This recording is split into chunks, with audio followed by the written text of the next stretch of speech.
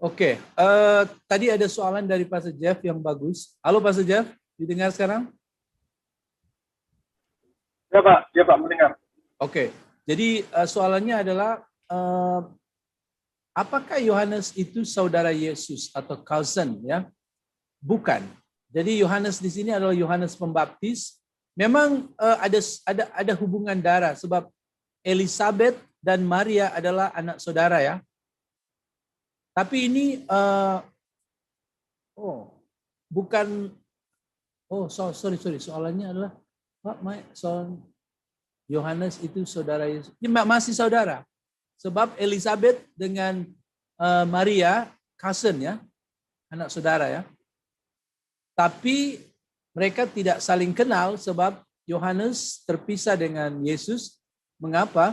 Sebab masih kecil pun Yesus sudah di Mesir, sudah terpisah sehingga Yohanes tak kenal lagi tentang Yesus. Yohanes pun harus berada di padang gurun, hidup di padang gurun, bukan di bandar, bukan di pekan, bukan di kampung, tapi padang gurun, memang terasing. Jadi memang walaupun mereka cousin, tapi tidak saling mengenal. Ya, Yohanes sebab dia harus cari belalang, cari madu. Jadi memang dia memang tak berapa kenal lah dengan Tuhan Yesus. Baju kulit unta, ya kan? Dia kena bunuh unta lagi buat baju. Itu makan masa juga. Ya. Tapi soalannya bagus. Ya. Juga. Oke Pak, terima kasih Pak. Ya, bagus. Oke, thank you ya.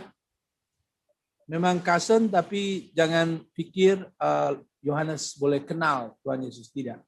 Oke, saya mau lanjutkan lagi pelajaran kita beberapa slide ini. Yap, nubuat yang sudah tergenapi.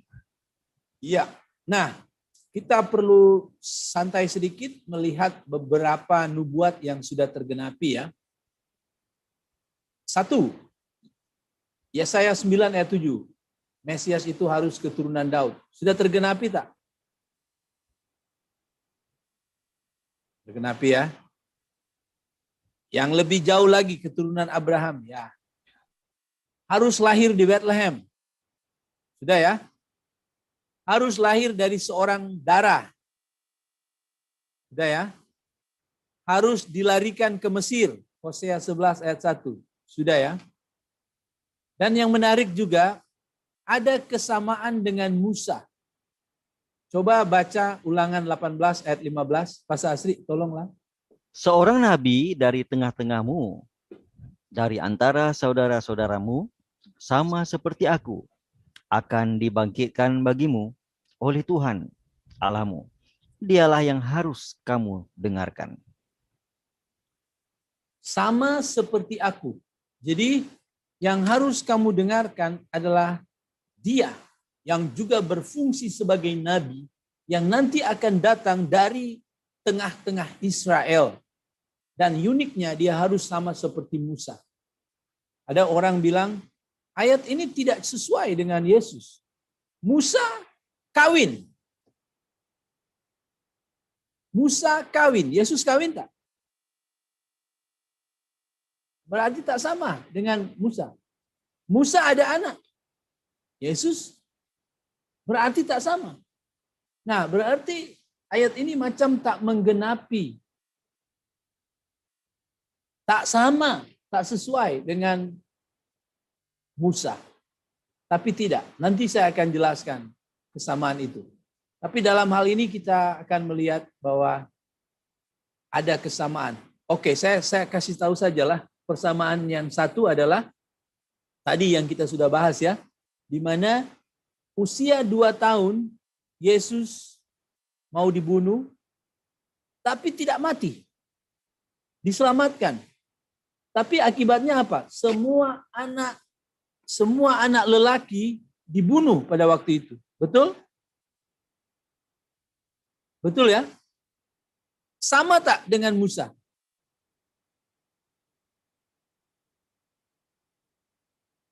Musa pun begitu. Hanya dia baby laki-laki yang tidak mati pada zaman dia. Jadi ada kesamaan. Oke, lanjut. Nubuat yang ditulis di Yesaya 40 ayat 3-5 harus didahului oleh suara yang berseru-seru di padang gurun. Digenapi tak? Sudah digenapi lagi. Kita baru selesai melihat ini. Nah, luar biasa. Memang masih ada nubuatan-nubuatan lain seperti ciri-ciri penyelamat yang ada di Yesaya 11 ayat 2. Menderita bagi orang lain. Dikhianati oleh sahabatnya sendiri. Dijual 30 keping perak. Dituduh tuduhan palsu. Dipukul dan diludahi. Berdiam diri ketika dituduh. Dibenci tanpa alasan. Kaki dan tangannya dilubangi. Pakaiannya dibuang undi. Mati bersama penjenayah. Diolok-olok dan dipermalukan. Dikubur di kuburan orang kaya. Bangkit dari kematian. Kembali ke surga. Ini belum. Kita belum lihat apakah ini sudah digenapi atau tidak dalam pelajaran kita. Tapi yang lain kita sudah lihat tergenapi. Bagaimana? Yakinkah ini semua akan digenapi? Pasti, ya. Nah, sementara kita belajar, kita akan perhatikan bagaimana semua ini akan digenapi, ya. Oke, saya lanjut. Nah, kisah selanjutnya selepas Yesus dicobai adalah Yesus mengalami pencobaan di padang gurun. Kita akan mula melihat pelayanan awal daripada Yesus. Tapi sebelum Yesus melayani, Yesus mengalami pencobaan. Jadi, selepas Yesus dibaptis, dia dibaptis pada saat itu sehingga secara rasmi dia telah diperkenalkan Allah oleh hambanya, yaitu Yohanes Pembaptis. Maka selepas Yesus sudah diperkenalkan, maka Yesus mula melakukan pelayanan. Tapi sebelum dia melakukan pelayanan, rupanya dia dibawa oleh Roh Kudus untuk berpuasa selama 40 hari 40 malam di padang gurun. Ini mengingatkan kita kembali tentang Israel.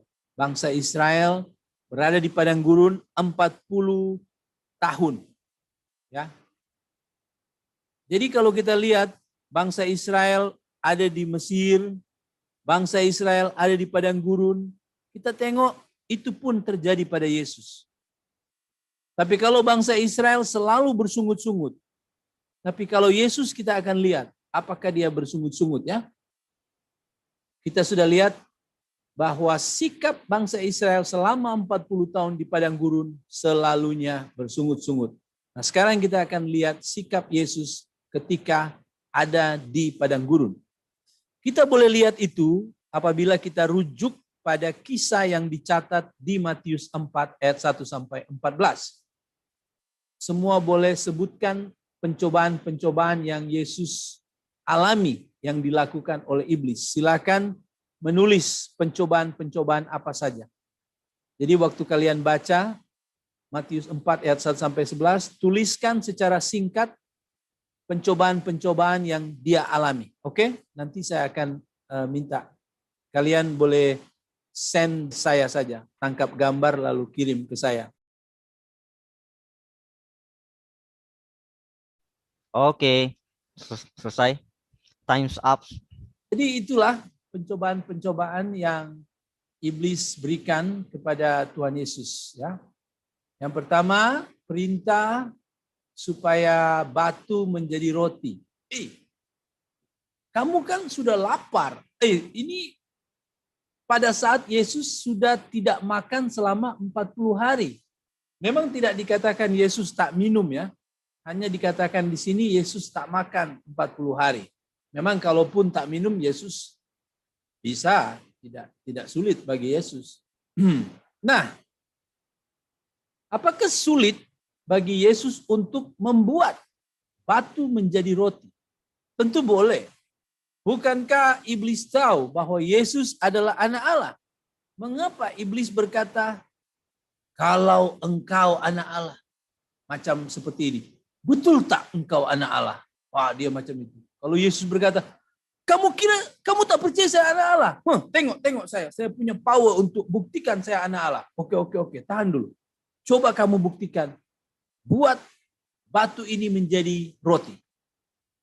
Oh, kamu kira siapa saya ya? Saya memang anak Allah. Tengok, batu jadi roti. Boom, jadi. Maka iblis berkata, haha, anak Allah sudah pernah taat kepada saya. Anak Allah sudah pernah saya perintah dan dia taat pada saya. Wah, ini liciknya iblis ya. Iblis bermatlamat, iblis bertujuan. Iblis punya goal, iblis punya sasaran adalah mau supaya Yesus taat kepada kemauan dia.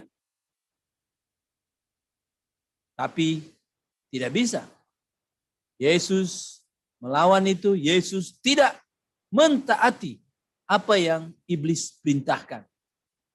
Yesus berkata bahwa manusia bukan hanya hidup dari makanan sahaja, tapi dari firman Allah juga. Jadi pencobaan pertama gagal, tak berjaya. Ya.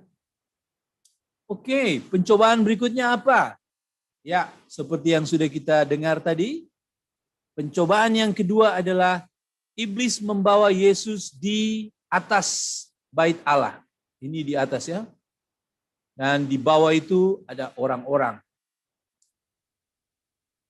Nah, dalam pencobaan ini ada hal yang menarik di sana. Ketika iblis lihat Yesus menjawab godaan dia dengan mengutip ayat firman Tuhan, iblis juga pandai tahu. Iblis pun tahu firman Tuhan.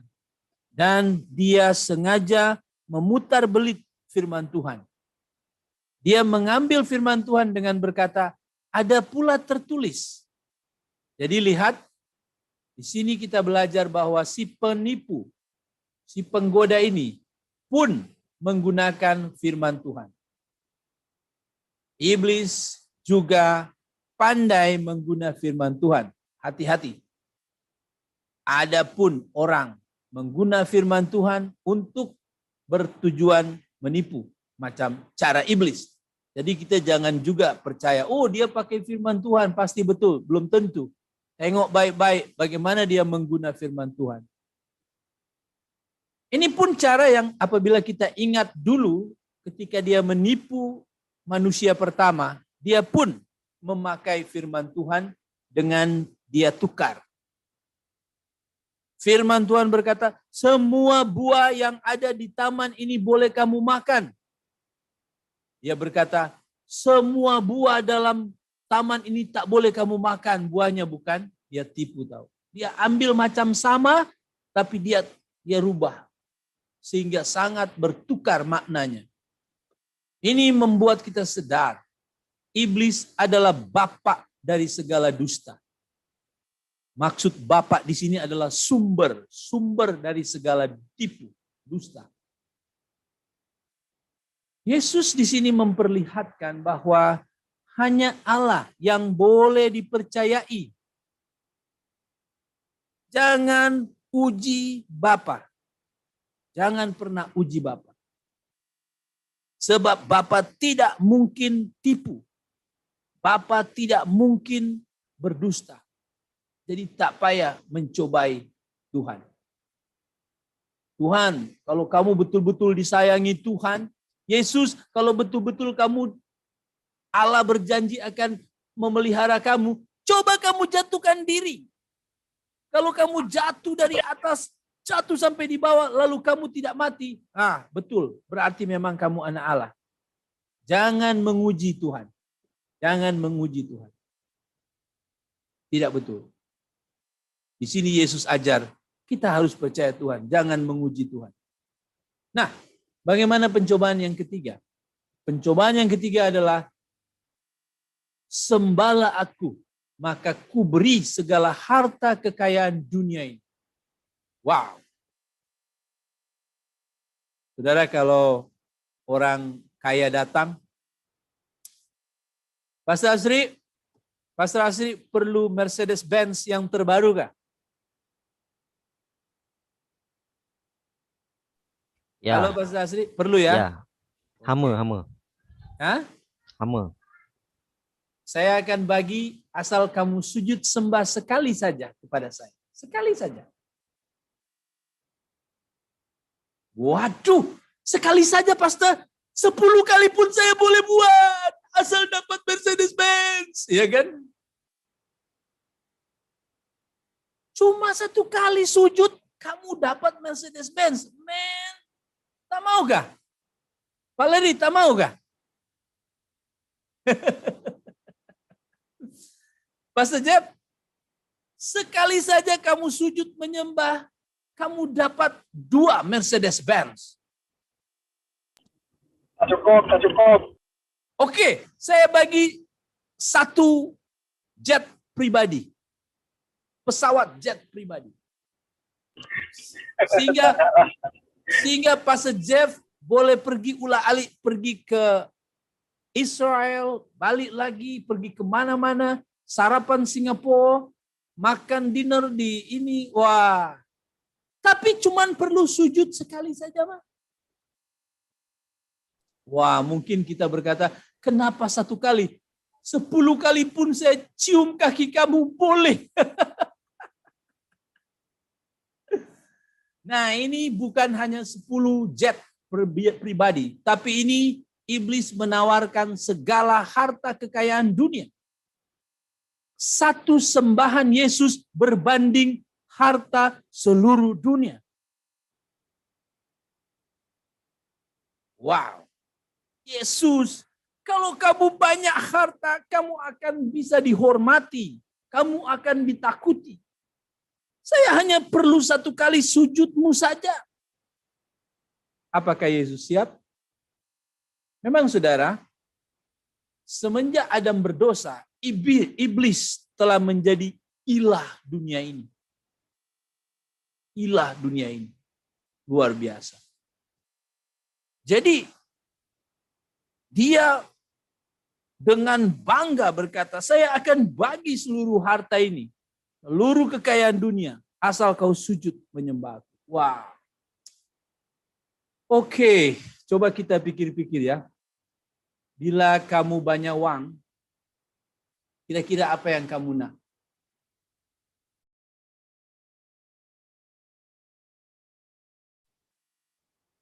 Jordan, kalau kamu banyak uang, apa yang kamu nak, Jordan? Kalau kamu punya 500 juta ringgit, apa yang kamu nak? Wah, Pastor Bigo dia bilang, saya nak melancong ke seluruh dunia. Wuhui, mantap, bagus. Ani mau beli makanan. Pokoknya makanan apa? Makanan Itali saya beli, makanan Jerman saya beli, makanan Spanyol saya beli, makanan Brasil saya beli. Wah, bagus. Jordan, you mau buat apa kalau 500 juta ada sama kamu punya akun? Pak Mike, dia nak buka sekolah ATM baru, Pak Mike. Wah, buka sekolah ATM baru lengkap dengan asrama, lengkap dengan padang bola sepak, lengkap dengan kantin makanan. Wah, bagus sekali ya. Mantap. Oh, ini ada message tahu. Saya akan membayar yuran anak-anak saudara-saudari seiman yang hidup dalam kesusahan. Wah, siapa ada anak yang susah saya bayar free. Pastor Jepli, ini cobaan yang sangat menarik. Ya, luar biasa ya. Ada ramai di antara kita yang merindukan banyak uang. Wah, ada tujuan-tujuan yang kita harapkan. Ya. Nah, menarik sekali ketika kita melihat ketika Yesus dicobai dengan harta kekayaan ini. Apakah Yesus mau? 1 kali saja sembahan kamu, Yesus, aku akan berikan. Tidak, Yesus tak nak. Mengapa Yesus tak nak?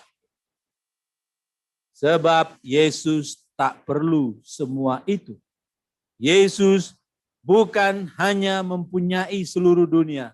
Yesus pun memiliki seluruh surga untuk apa berikan itu?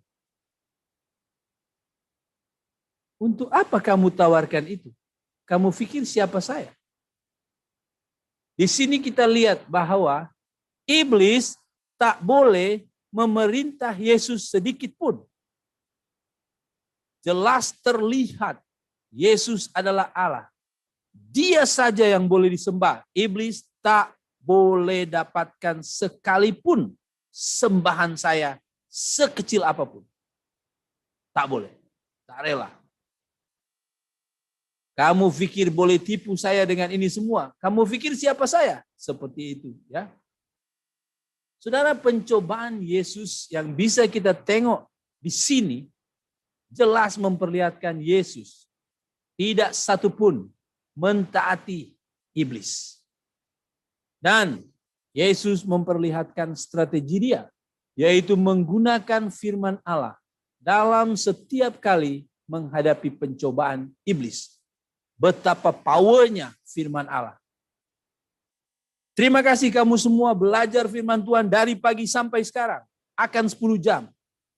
Itu tidak sia-sia. Luar biasa. Luar biasa. Yesus mempamerkan betapa istimewanya firman Tuhan. Maka adalah berbahagia semua yang rindu, haus, dan mau memberi masa untuk belajar firman Tuhan. Selain itu kita pun lihat dalam pencobaan ini bahwa Yesus berbeza dengan Adam pertama yang gagal dicobai. Yesus berbeda dengan bangsa Israel yang tidak taat Allah. Dan di sini pun kita sangat jelas melihat bahwa Yesus yang mengontrol iblis. Yesus berkata, stop, enyahlah engkau. Dia pun enyah. Dia tak berkata, no, saya masih mau menggoda. Saya masih mau menggoda. Tidak, Yesus bilang, enyah. Pergi. Stop. Bukan iblis yang mampu mengontrol dia. Yesus dan iblis bukan dua kekuatan yang sama. Pernah lihat gambar ini? Yin yang. Seolah-olah kekuatan baik dan kekuatan jahat sama kuat. Dan bergumul. No. Yesus dan iblis bukan dua kekuatan yang sama powernya. Tidak. Mungkin gambar ini yang lebih sesuai. Ini Yesus. Dan iblis hanya garis kecil saja. Oke, coba lihat gambar ini. Ini sesuai tak?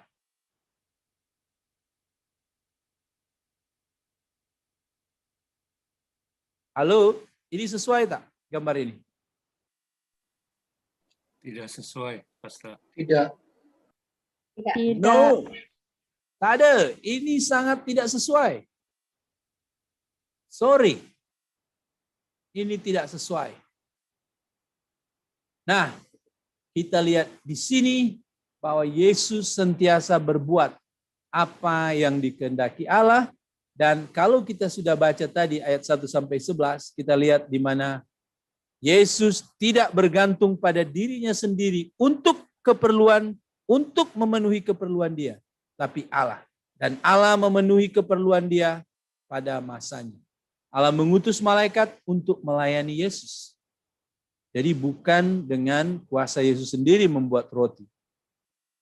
Di sini kita belajar bahwa hanya Yesus saja yang dapat menyelamatkan kita dari dosa, iblis, dan kematian. Mengapa? Karena dia tidak ada satu dosa pun. Pencobaan yang ada ini semuanya tidak mampu menggagalkan dia. Bila kamu terakhir kali dicobai, apakah kamu menang? Oke. Ya. Jadi kita lihat Yesus di sini ya, di mana dia menang. Wah, luar biasa. Oke. Apakah pencobaan itu datang ketika kamu dalam keadaan keletihan? Ya. Dia datang dengan tepat waktunya, ya. Jangan kamu berkata, "Mengapa pencobaan datang tepat pada saat saya letih, pada saat saya lemah?" Itulah sebabnya dia datang. Dia tidak mau datang ketika kamu masih dalam kekuatan tentunya ya. Dia pun tidak datang kepada Yesus pada saat Yesus baru datang di padang gurun. Dia tunggu Yesus sudah lapar, letih, lesu, baru dia datang. Ya. Apakah iblis hanya akan datang mencobai 3 kali?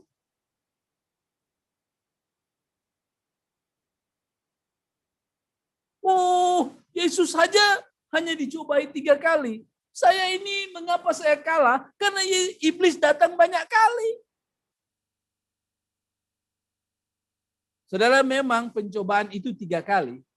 Tapi Alkitab menulis, Alkitab mencatat bahwa iblis mengundurkan diri dan mencari masa yang sesuai. Itu di mana?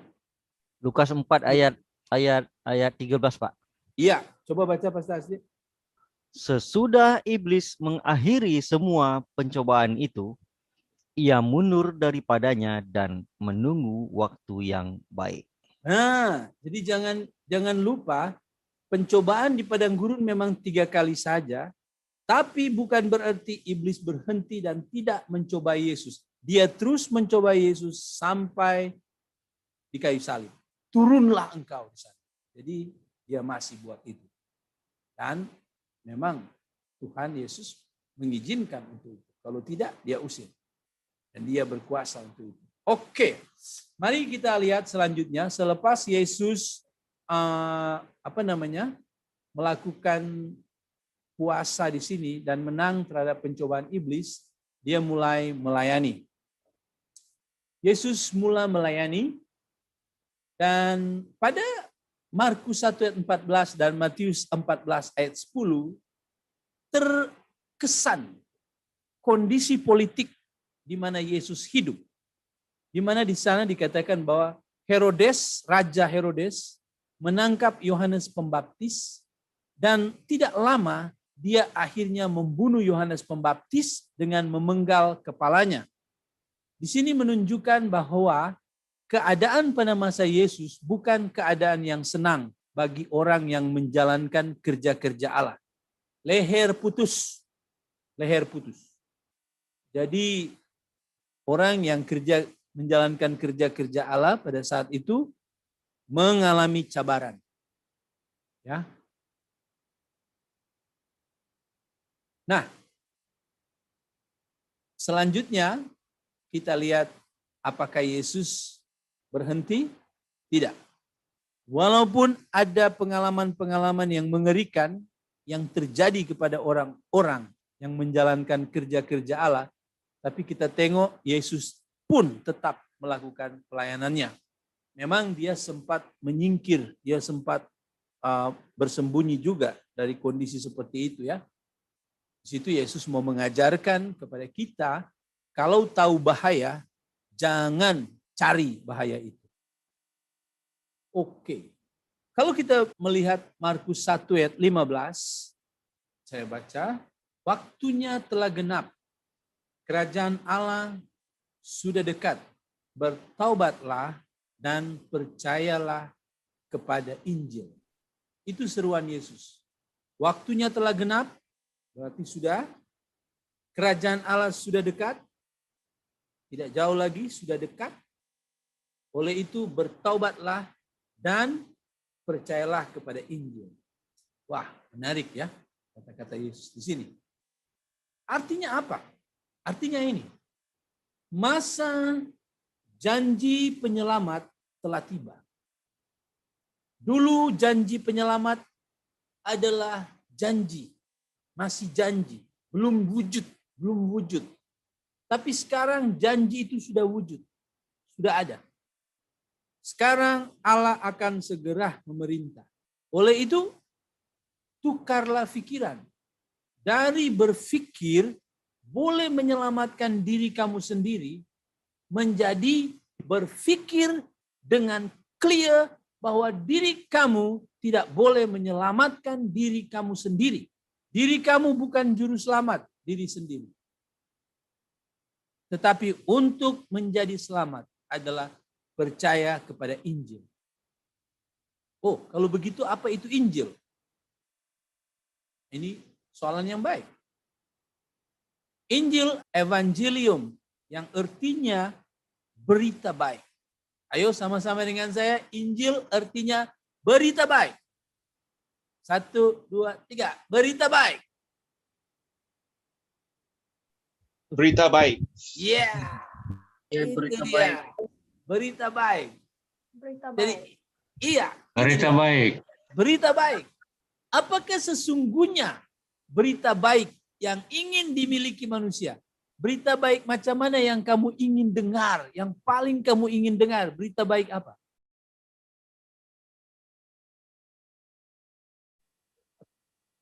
Nah, saudara, ada ramai orang pikir, bagi saya berita baik itu adalah berita kamu mendapat kekayaan.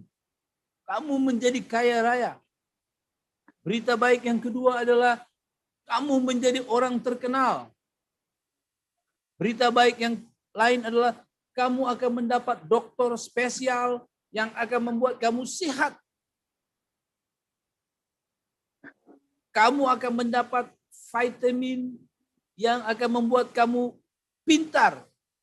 Kamu akan mendapat vaksin yang membuat kamu yang akan membuat kamu tidak akan pernah kena penyakit. Wah, mungkin itu memang berita-berita baik ya. Tapi apalah artinya berita-berita baik ini kalau akhirnya kamu harus membayar hutang dosa pada Allah. Walaupun kamu kaya, walaupun kamu terkenal, walaupun kamu begitu sehat, walaupun kamu begitu pintar, tapi kamu harus membayar hutang dosa-dosa kamu selama-lamanya di neraka. Wah, maka semua baik-baik ini tidak akan berarti lagi. Jadi apa kabar baik yang sesungguhnya sebenarnya? Kabar baik yang sesungguhnya yang lebih daripada itu semua adalah kalau kita mendapat kabar bahwa hutang dosamu, sekali lagi, hutang dosa kamu yang tidak pernah mampu kamu bayar, Allah akan membayarkan sepenuh-penuhnya. Wah, itu dia. Betul tak? Kabar yang datang dan berkata, Pak Samsudin, ada berita baik. Dosa-dosamu dibayar penuh. Waduh, apakah itu tak bukan satu kabar yang sangat baik? Ramai orang mencari kabar baik yang biasa-biasa saja. Tapi saudara, kabar yang paling baik adalah kabar bahwa dosa-dosa kamu dibayarkan sepenuh-penuhnya. Oleh itu, Yesus berkata tadi, kalau kita lihat tadi, bertobatlah dan percayalah kepada Injil. Apa itu Injil? Berita baik bahwa dosa-dosamu dibayar. Itulah Injil. Tapi itu harus dipercayai. Itu harus dipercayai. Jadi selepas dengar ada kabar baik bahwa dosa-dosa dibayar, kamu harus percaya. Percayalah berita Injil itu. Jadi selepas kamu dengar bahwa ada kabar baik, yaitu Injil, maka orang yang mendengar Injil itu harus percaya. Jadi, sesiapa yang percaya bahwa Allah telah mengirim penyelamat, yaitu Yesus, maka orang itu akan dibebaskan dari kuasa iblis dan akan menjadi family, menjadi keluarga daripada Allah. Inilah kabar baik itu. Inilah kabar baik yang Yesus bawa, yang Yesus sampaikan di awal-awal pelayanannya. Bagaimana? Cukup jelas? Oke, saya tutup dengan slide ini. Kita berakhir di slide ini. Nah, jadi sekarang saya harap kita jelas melihat tentang jalan keselamatan, bagaimana supaya seseorang beroleh hidup sejati dan kekal. Sekarang jalan itu ada di hadapan mereka, yaitu mereka harus percaya pada jalan itu. Siapa jalan itu? Jalan itu adalah Yesus. Jadi orang-orang di zaman Yesus sekarang berhadapan dengan jalan yang boleh menuntun mereka sampai ke surga. Apa jalan itu? Percayalah kepada Yesus. Dengan mereka percaya kepada Yesus sebagai juru selamat mereka, mereka beroleh hidup sejati dan kekal.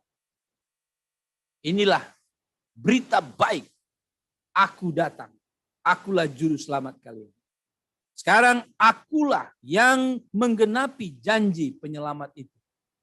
Sekarang kamu melihat dia, percayalah kepadaku.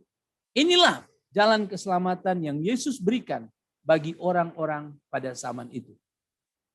Nah, mari kita diskusikan beberapa menit ini, bagaimana orang-orang yang hidup sebelum Yesus?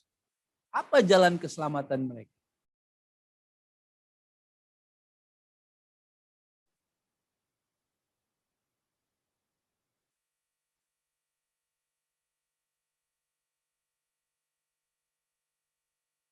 Jelas soalannya?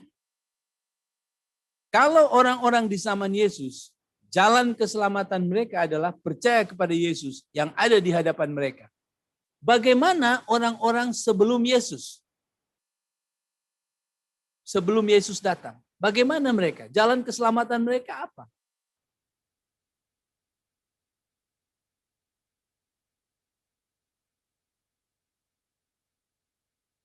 Siapa mau jawab? Dari saya, Pak. Ya, silakan. Keselamatan sebelum Yesus adalah bergantung dengan iman mereka.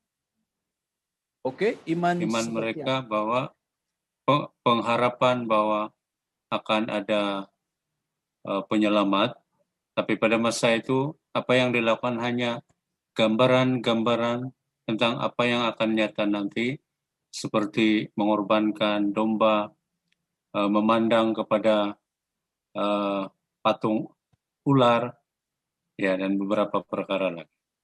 Itu sih. Kalau memandang kepada patung ular itu keselamatan untuk sembuh daripada patokan patokan ular ya. Tapi ya pada masa itu ya. Ya, itu bukan untuk selamat hidup sejati dan kekal, tidak. Tapi apa yang Bapak bilang tadi, Pastor bilang tadi itu yang betul. Yang pertama yaitu orang-orang sebelum Yesus, mereka boleh beroleh hidup sejati dan kekal kalau mereka beriman bahwa penyelamat itu akan datang. Sedangkan orang-orang yang di zaman Yesus, mereka mendapat hidup sejati dan kekal kalau mereka percaya inilah jalan keselamatan itu yang sudah lama dinanti-nantikan, yaitu Yesus. Jadi kalau orang sebelum Yesus, mereka diselamatkan karena iman Yesus akan datang, walaupun mereka tidak ingat namanya, mereka belum tahu namanya, tapi mereka tahu bahwa penyelamat akan datang. Sedangkan orang-orang di zaman Yesus diselamatkan karena inilah penyelamat yang sudah datang. Oke, bagus. Jelas yang lain semua? Itu Pak, ada jawaban di chat. Boleh Pak Asli baca saya. Mereka harus setia kepada firman Tuhan dan melakukan tepat apa yang diperintahkan Tuhan. Oke, saya ingin kita waspadai hal ini karena ini boleh jadi mereka diselamatkan karena perbuatan baik. Ini yang perlu dijaga. Apakah mereka diselamatkan karena kesetiaan mereka, ketepatan mereka melakukan korban-korban? Tidak. Mereka diselamatkan karena mereka beriman. Dan karena mereka beriman, nampak pada perbuatan mereka. Jadi orang-orang yang mempersembahkan korban, yang mentaati peraturan Allah, itu adalah orang-orang karena mereka sudah beriman kepada Allah. Boleh jelas di sini? Oke, kalau begitu kita sampai di sini dulu.